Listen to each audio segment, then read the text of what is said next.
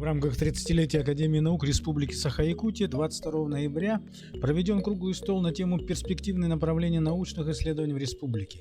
Организатором мероприятия выступил Объединенный ученый совет по гуманитарным наукам Академии наук.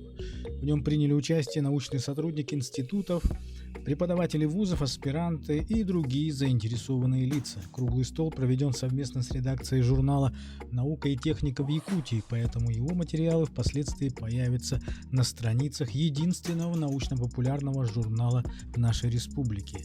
Модератором круглого стола стал академик Академии наук Якутии Егор Махаров.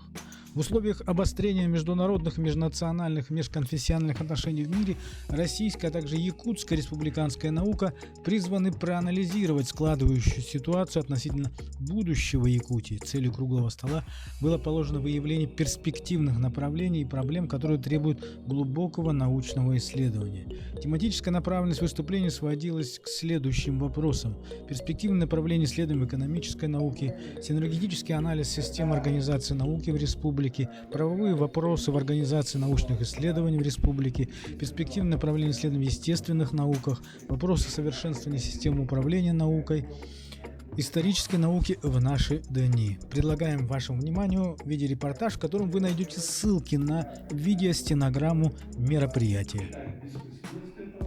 И у каждого собственный взгляд на исторические события 20%.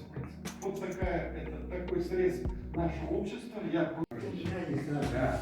Вот вы сказали, в Национальной академии не писаны федеральные науки. Да. Дело в том, что федеральный закон о науке, да,